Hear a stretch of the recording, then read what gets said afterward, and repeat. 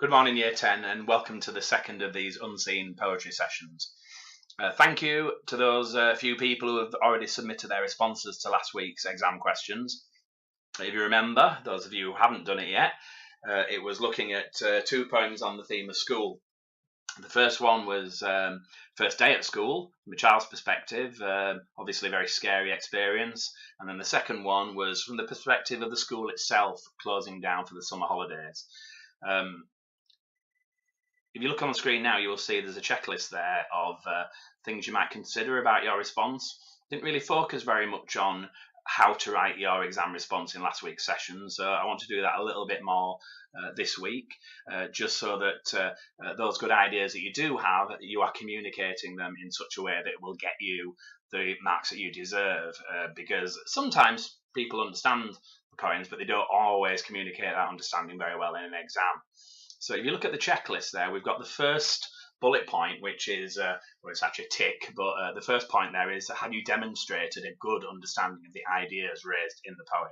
Now, although that's on its own as the ideas sentence in this checklist, it's actually as important as all the other things put together, because if you don't answer the question, and the question is always about what the poet is trying to communicate, your answer will just fall down completely. So you can talk as much as you want about what's in the poem, but if you don't actually say what your understanding of the poem is and link that back to what you're being asked, there is no foundation for your response. So it's really important that everything in your response is ideas based.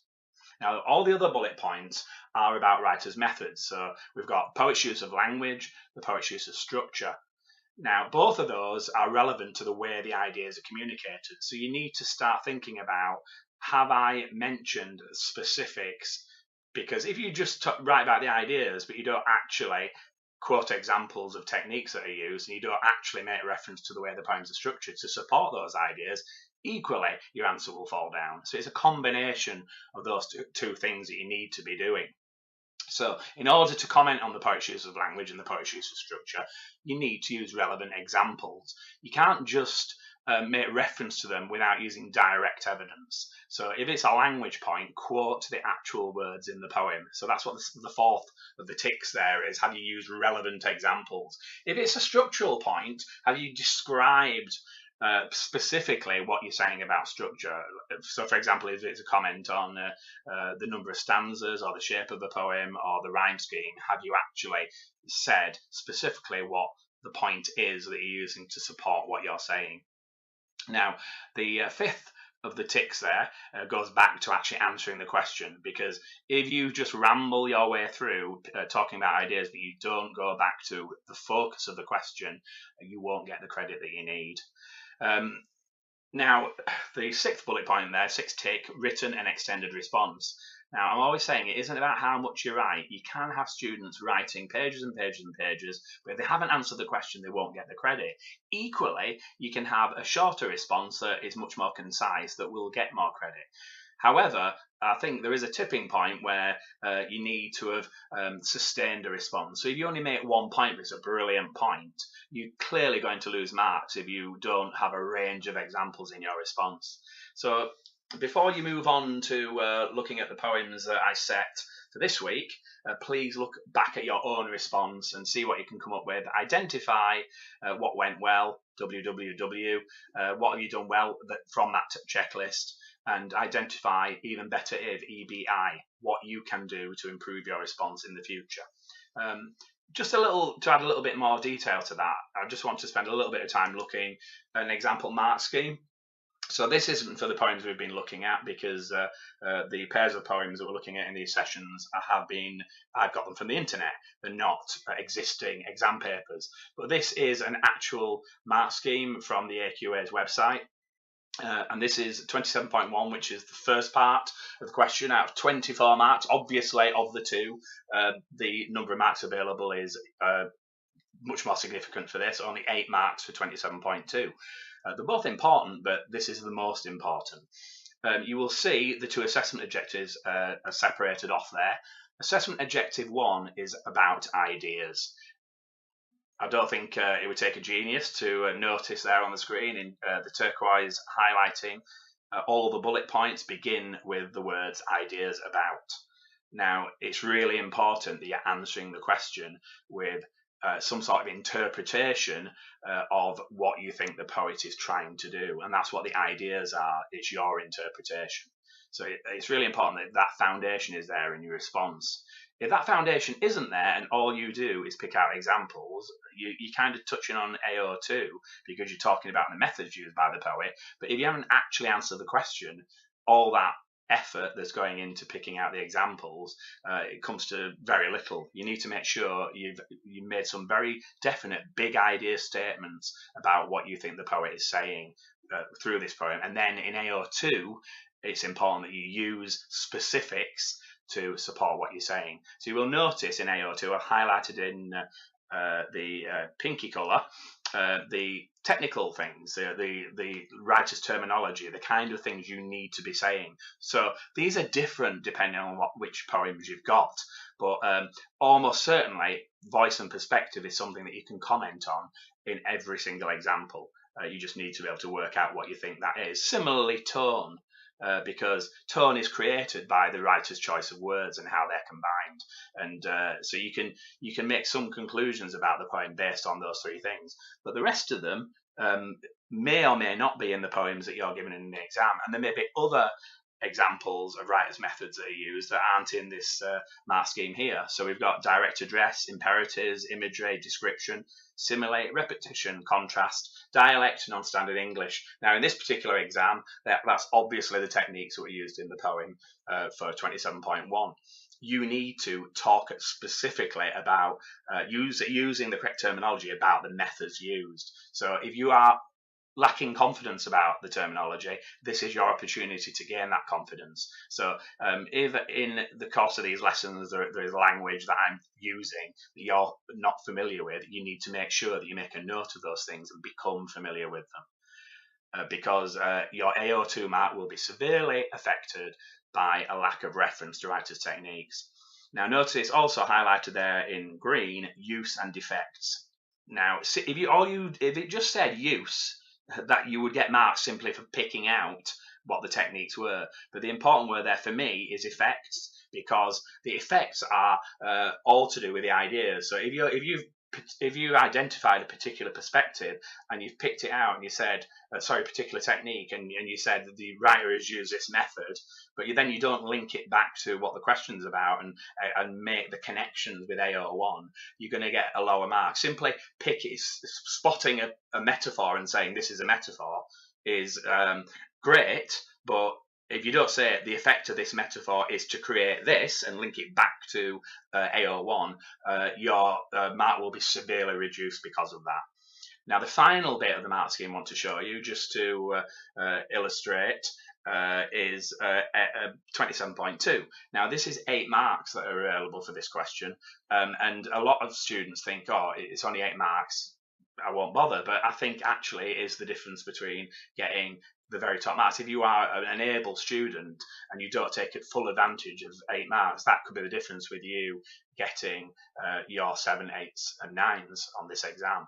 I just wanted to show you the difference. Level 1, you can still say some really valid things for level 1, but not get the marks if you aren't properly using subject terminology and you're not properly linking back to the question. So you notice there the key word in turquoise is some links between structure and form. So you're not really very sharp in the way you're making the comparisons.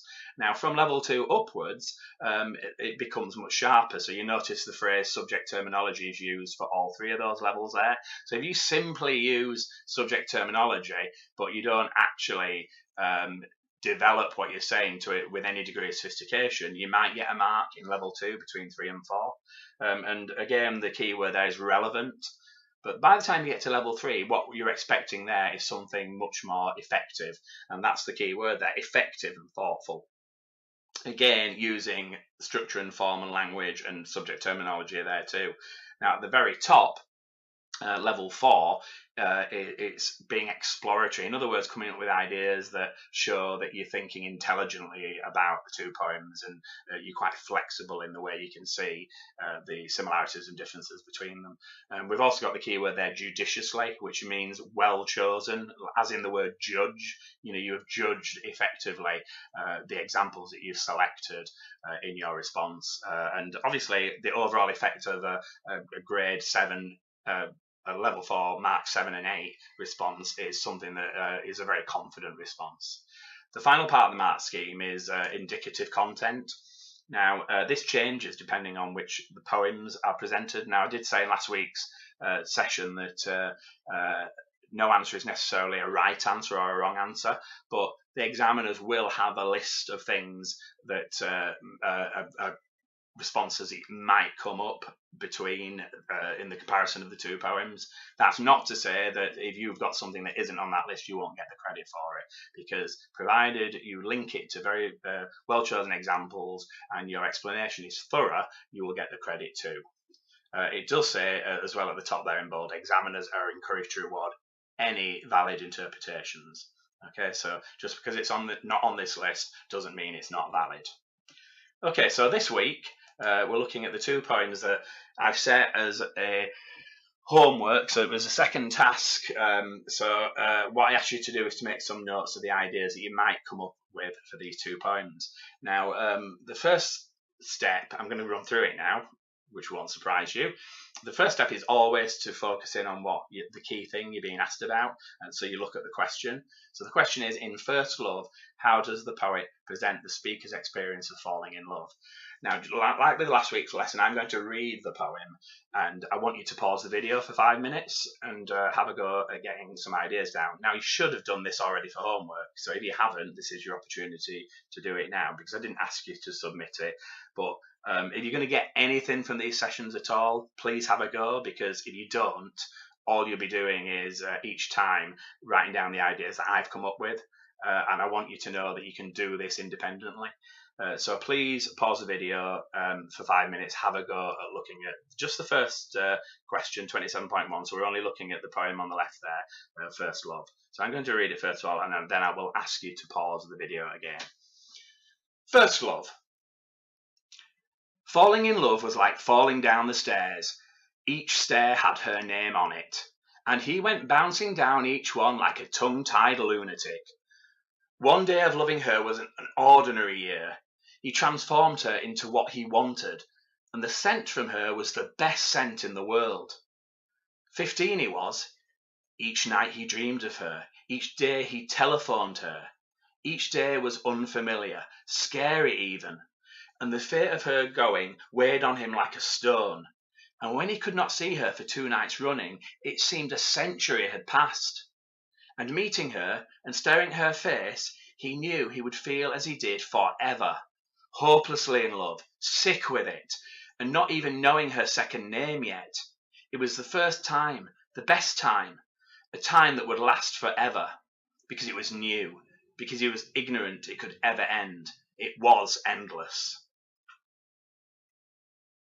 Okay, so if you just like to pause the video for 5 minutes there and see what you can come up with. So the question is about the speaker's experience of falling in love. So what is your big idea is your first thing. Who is speaking? Is it the poet or is it someone else? How does he feel about falling in love? So you need to be looking for examples of the methods used by the poet to show that. Now, they can be things like similes and metaphors, but they can also be the shape of the poem, the line length, how many stanzas, is there a rhyme scheme? So be thinking about all those things as you do your planning, and then move on, unpause, and look at the things that I came up with on the next slide. Okay, hopefully by now you've got some of your own ideas down about First Love. So I always like to come up with an overarching explanation about what the poem is saying, and because that is your big idea that you're going to start your response with. And I think for me, when I first read this poem, the key thing that came through is that First Love isn't necessarily describing this poem as something that is desirable. In fact, the experience of falling in love seems to be something that's actually quite painful. So I said in my key ideas here that falling in love for the first time can be painful, oppressive. That's where you feel like everything's closing in on you and all consuming, that basically every waking moment is occupied with thoughts about first love.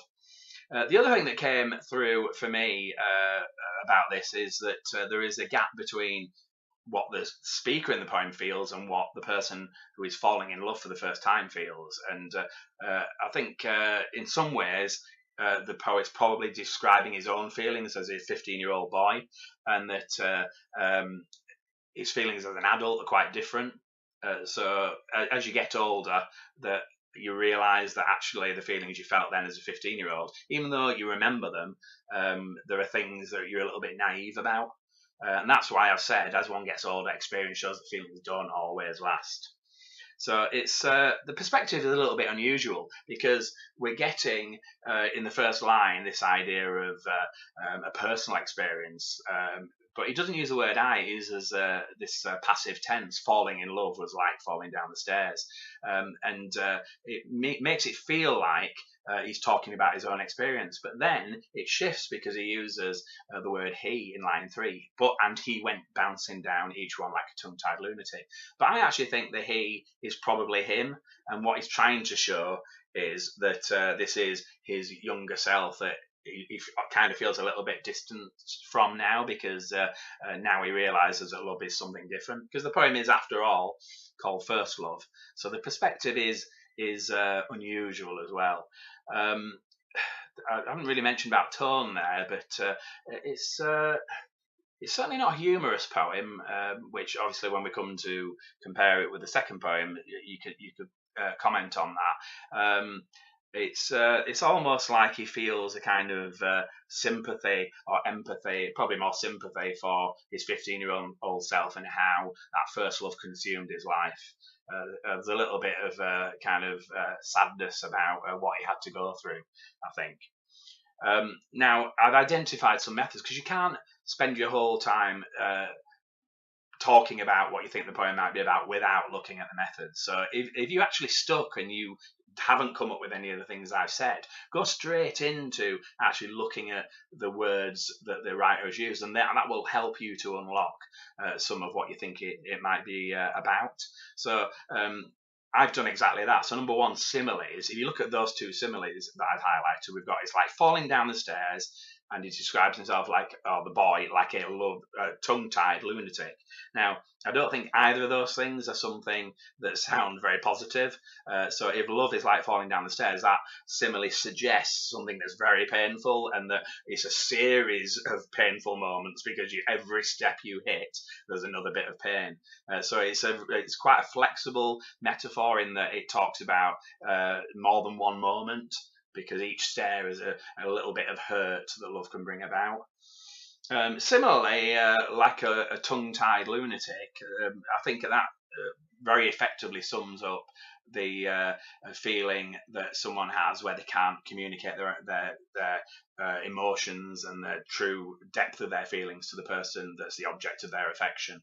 There's that idea of I mentioned in my big idea thing, oppressive, where you're not really functioning in the way that you normally do. Number two is metaphors. Each stair had her name on it. I think that links in with the simile of falling down the stairs, but it's almost indicating that when he is feeling pain, every time he hits a step, it is to do with that relationship and to do with the girl who was the object of his affection, this 15-year-old boy. The other metaphor I picked out is one day of loving her was an ordinary year, and time is something that's played with quite a lot in this poem, and it's like every moment when you are in love is something that is measured, and it's almost like the burden of love that time slows down, and it because you're completely consumed by it. So it's quite a powerful metaphor for summing up that feeling of love being all consuming. that's also something that's picked up in the third technique. Because if you make links between these techniques, I think that will get you more credit as well. We've got anaphora with a repetition in the first half of the poem of the phrase "each night, each day." And this again, that links with this idea of measuring time. That basically every single moment when you're in love is something that, because you're completely obsessed with someone, is something that occupies you. Similarly, the use of the personal pronouns her and he all the way through, again, links with this idea of the pair of this boy and girl who do love each other. I also identified a little bit of emotive language here because I think it sums up quite nicely how first love is something that isn't straightforward and isn't something that is necessarily desirable. You expect love to be something that is positive, that makes you feel good, but you get the feeling here. Let me just change my highlighting there. It looks like I've missed a little bit out. You get the feeling here that the love might just be one way because perhaps he's being a bit ignored by her, and that's why the feelings that he feels are so negative. So we've got he's scary, even the fear of her going, hopelessly in love, sick with it. Now you get the impression that perhaps this is love from a distance, and if it is returned or reciprocated, that those feelings might be a little bit different. But you do get the impression also that perhaps this love isn't something that was returned, and certainly not something that lasted. Now, the final thing I've done is to identify something to do with the form of the poem. Now, if you look at the shape of the poem on the page, it seems to be one stanza. There doesn't seem to be much of a break between the lines. But one thing I did notice, we've got long lines followed by short lines that go in and out. Now, that can be like a heartbeat. So you could talk about that. The beating of the heart, obviously the longer lines is one rhythm of the heart, and then shortening again, contracting, which suggests a heartbeat.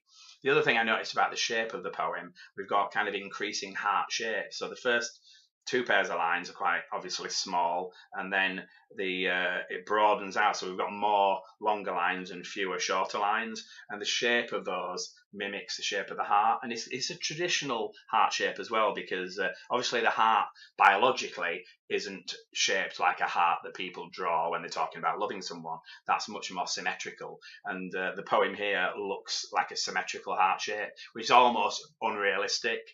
So we've got these heart shapes repeating, which is kind of the traditional idea of love. You'll notice as well at the end of the poem, the lines go back to the way they were at the beginning. So we've got the longer line and then just a couple of shorter lines in the last two, perhaps suggesting that first love is something that couldn't last, and that's despite the fact that he talks about love being endless. Now, in a way, it is endless because he's still remembering it as an adult, perhaps. But he does point out that his 15-year-old self, or the 15-year-old boy described in the poem, was ignorant that it could ever end, which implies that obviously it's something that did end. So a very interesting poem, lots that you can say about it. So hopefully you came up with some of the ideas that I mentioned there. If you didn't, don't panic. The whole point of this is you finding an approach that works for you. But again, the structure that I've got on the page there is something that you need to consider. Start with the big ideas, think about the tone, and then if that doesn't help you, think about the methods, and that the methods might help you to come up with the big ideas. If you can't by yourself, you need to try and unlock this on the day in the exam, and don't panic. Okay, so that's question 27.1. 27.2 is the comparison question. So we're just going to look at the second poem now, which is Valentine, and I'm going to read it, and then I want you to do the same again. Pause the video for 5 minutes and see what you can come up with. Valentine by Wendy Cope. My heart has made its mind up, and I'm afraid it's you. Whatever you've got lined up, my heart has made its mind up. And if you can't be signed up this year, next year will do. My heart has made its mind up, and I'm afraid it's you. Okay, so that's quite a different tone to the poem. So think about who is speaking this time. How does it differ from First Love? Consider the techniques. Are there any techniques similar to First Love? there's certainly a lot fewer techniques. I think in this poem as well, there's certainly a lot more made of shape and repetition. So think about how those ideas might figure into your comparison. So the question is, in both First Love and Valentine, the speakers describe the feelings of falling in love. What are the similarities and/or differences between the way the poets present these feelings? So just want you to pause the video for 5 minutes to see what you come up with.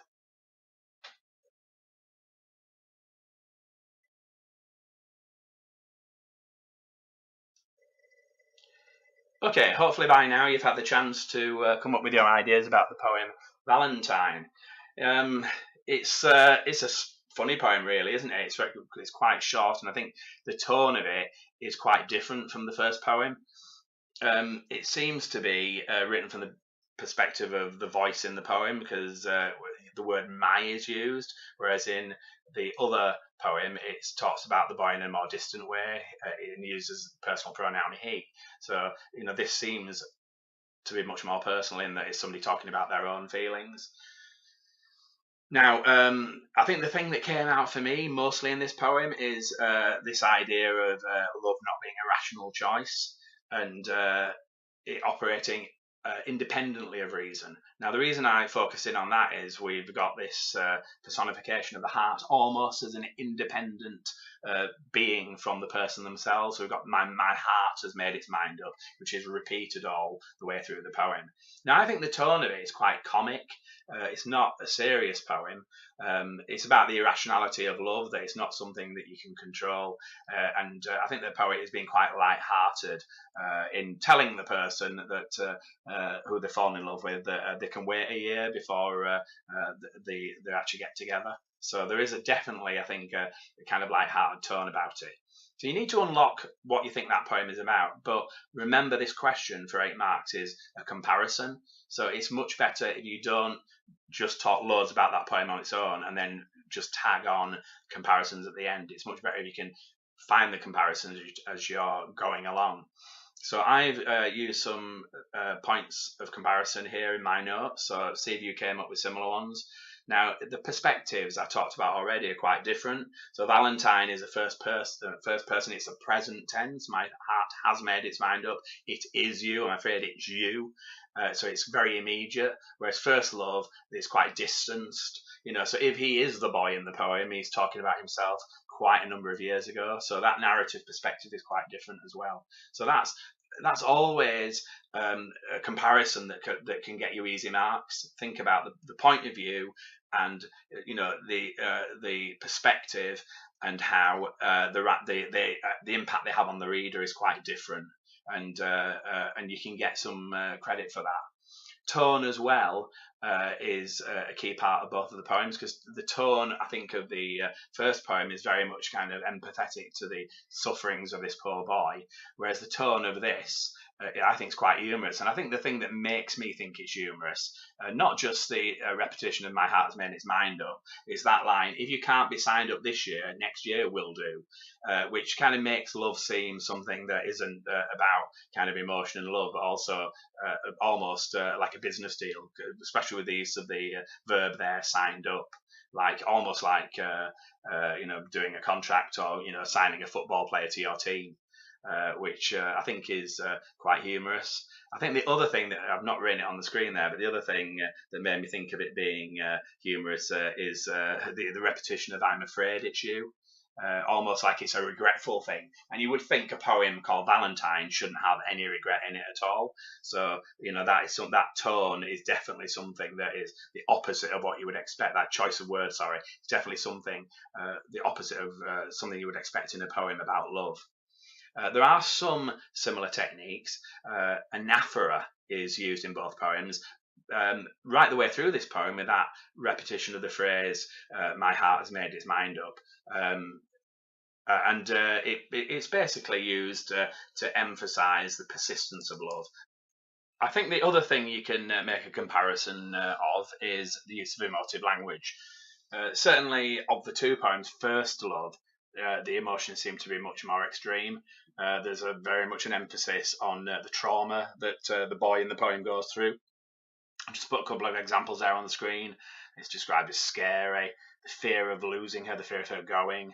and the physical impact of those emotions on him suggested was sick with it. Whereas I think the emotion in Valentine, it's even though it does talk about fear, the tone of it is so comic. It's almost like it isn't real emotion. I'm afraid it's you is used for comic effect, and the repetition there of it in the second line and the final line certainly has that effect of it. However, you could look at it on the other side of it, a serious side of it, which is the poet is trying to, in a humorous way, make the point that you can't really choose who you fall in love with, and it might actually be someone that your reason tells you that you shouldn't. The final comparison, because I always try to make sure, or I was advise students that it's a good idea to talk about the form of a poem. They do have some similarities, which I think is always a good thing to point out, as well as differences. Obviously, the structure of this poem on the page looks quite different from the other poem. It's much, much shorter, but they do have a similarity in shape. Now, you might not think that, but if you look at the shape of Valentine, I think what Wendy Cope is trying to do is to have the poem in the shape of a heart. But the heart here is not the traditional Valentine heart, ironically, that is repeated in the shape of the first poem. Because in the first poem, First Love, we've got these different shaped hearts that run right through the whole poem itself. There's about, I think, about 4 or 5 different heart shapes created by the lines, whereas this is just simply one heart, which I think shows the different perspectives of youth and experience. That that idea of the exciting rush of love that's suggested by the repeated hearts, whereas this one, because it's a Valentine, it's just a one moment in time shape of a heart, and there's a kind of irony, I think, of it being more kind of an anatomical shape, because it's almost like the view of love here is a little bit more mature than the other one. That this is somebody who has perhaps had experiences in the past, and now this is the one, and the just having the one heart, sums up that idea of true love. Now, I do appreciate that. When teachers talk about shapes of poems and linking them in with what an exam question asks, a lot of students raise their eyebrows and think, well, that's ridiculous. Why should I put that?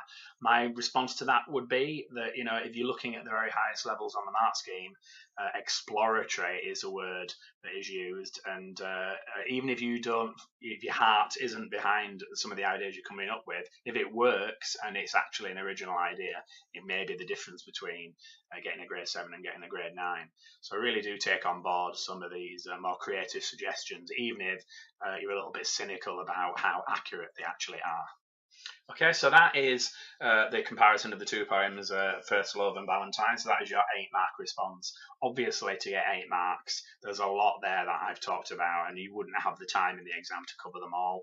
But the key thing is, I think, comparison, and making sure that you're supporting that comparison with specific reference to both poems, and make sure that you are linking the writer's methods that you come up with specifically to what you are saying. Don't just point out differences in the writer's methods. Actually link them to the meanings of the poems as well.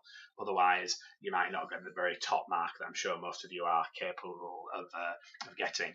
So, like last week, what I would like you to do for your written work in this week's lessons is to have a go at doing another completed exam response for Valentine and First Love. So 27.1, looking at First Love, and then the comparison question 27.2, doing the comparison with Valentine. If you think you've done pretty successfully yourself without using the notes that I've produced here on the video, please do your own response. Don't just reproduce the ideas that I've done because you think yours are rubbish. I'd like to see genuinely what you came up with, and have a little bit of confidence in your own thoughts on those things. Finally, the other task I would like you to look at, the same as in the last video, is the next pair of poems. So the lesson next week will focus on these 2 poems, and I'd like you to have a go at planning your responses to these 2 poems as well. If you're feeling confident, you might even set yourself the task of completing this exercise in an hour's worth of time. Do your planning on both and have a go at doing the full answers. And it'd be fantastic if some people have got the confidence to do full responses and not rely on what I go through next week. And then you've got a genuine comparison you can make with some of the ideas that I come out with the next week. It's really important, if I'm going to have a strong idea of how impactful these lessons are being, that you submit the work. So I'm really looking forward to reading the work that is submitted, and I will be chasing up students who don't submit it. If you don't get feedback, how do I know how you're doing? How do you know? It's really important that you take full advantage of these opportunities to get feedback from me in order to make the progress that you need to do the best you can on this part of the exam. Okay, so that's it for this week. I look forward to catching up with you all in the feedback I give you on the work that you've done so far. Enjoy your work, stay safe.